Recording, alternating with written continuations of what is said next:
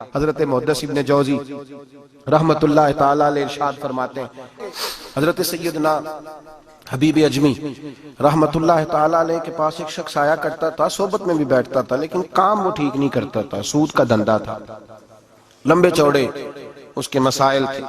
حالانکہ ایک ہی بیٹی تھی، وہ بھی دونوں ٹانگوں سے معذور تھی، دونوں ٹانگوں سے معذور، بڑے حکیم طبیب دکھائے لیکن بچی کو شفا نہیں ہوتی، شخص بھی اپنے مزاج کے لحاظ سے اچھا نہیں تھا۔ ایک دن سویرے سویرے آیا حضرت حبیب اجمی کے پاس، توجہ ہے آپ دوستوں کی میری بات، غور ہے میری بات پر کیا سمجھانا چاہ رہا ہوں۔ کہتے سویرے سویرے آیا تو کہنے لگا حضور مجھے توبہ کرا دیں، آج کے بعد نہ جھوٹ بولوں گا، نہ حرام کھاؤں گا، نہ شراب پیوں گا۔ تو کہتے ہیں جتنے لوگ بیٹھے تھے کان کھڑے ہو گئے، کہا تجھے کیا ہوا؟ کہنے لگا 11-12 سال کا نوجوان آیا مجھے توبہ کرا گیا، چڑھتی جوانی، 11-12 سال 14-15 سال کا بچہ مجھے توبہ کرا گیا۔ تو کہتے ہیں ہم محو حیرت ہوئے کہ اتنا سا بچہ؟ تو کہتے ہیں کسی نیک باپ کا بیٹا تھا، کسی پرہیزگار ماں کا بیٹا تھا، گھر میں تربیت ہوئی۔ اتنے بچے تو خانقاہ بھی نہیں جاتے، اتنے سے بچے تھوڑی کسی ادارے کے فارغ التحصیل ہوتے ہیں، کس مدرسے سے پڑھے ہوتے ہیں؟ کہتے چھوٹی سی عمر۔ تو کہا جناب آپ کو کیسے ملا؟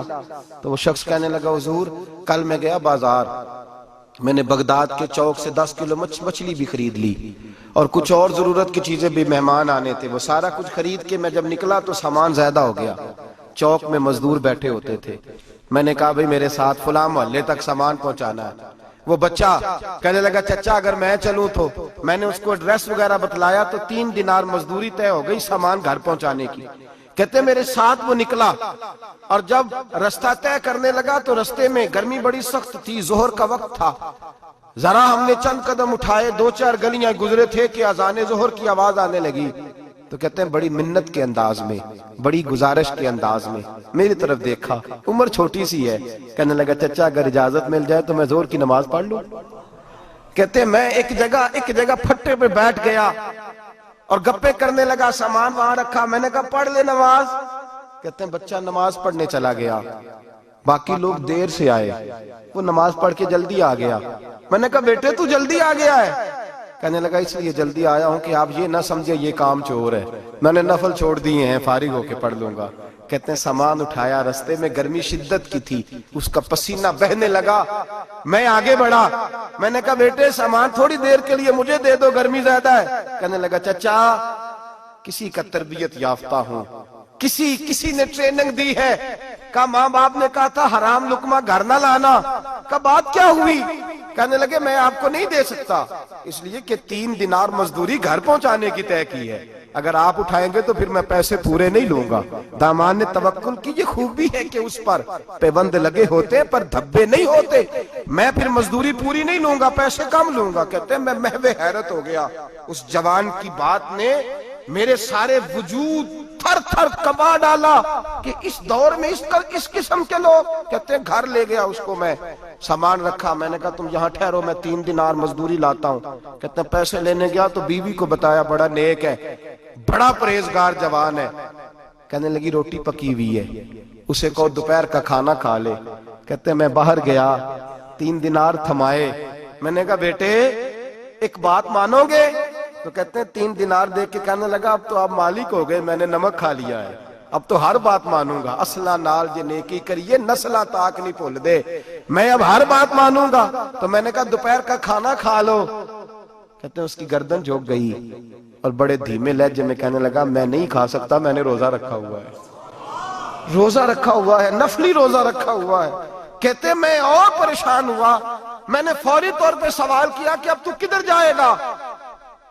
تو کہنے لگا اب میں کہیں نہیں جاؤں گا، میرے 1 دن کا خرچہ میرے ماں باپ نے جو ڈیوٹی لگائی ہے وہ 3 دینار ہے، پورا ہو گیا ہے، اب میں باقی جو وقت بچے گا یا قرآن پاک کی تلاوت کروں گا یا محمد عربی پہ درود و سلام پڑھوں گا، میں اب کوئی اور کام نہیں کروں گا۔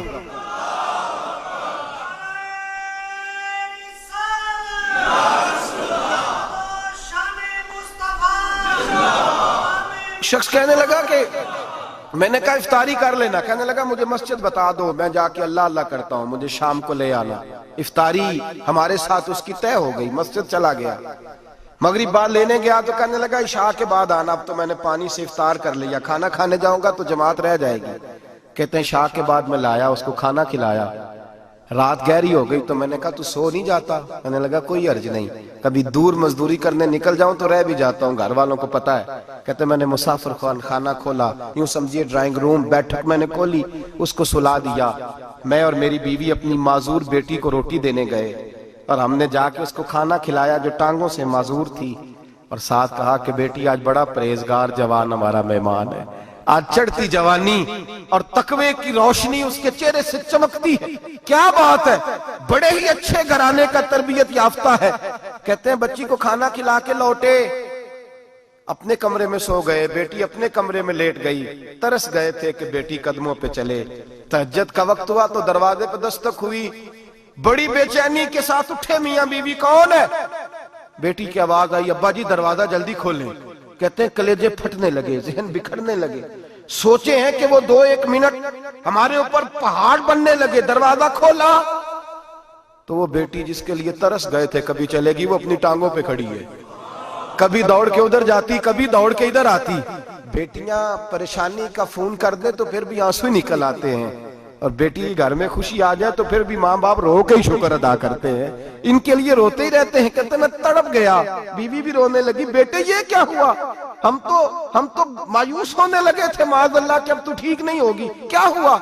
کہنے لگے ابا جی اماں جی آپ نے بتایا نا نیک جوان آیا ہے، نیک آیا ہے، تو میں آپ چلے گئے تو میرے دل میں خیال آیا اے اللہ اگر وہ واقعی نیک ہے تو اس کے صدقے مجھے شفائی عطا فرما دے۔ یا ایھا الذین آمنوا اتقوا اللہ وابتغوا الیہ الوسیلہ، اے اللہ صحت ہی دے دے۔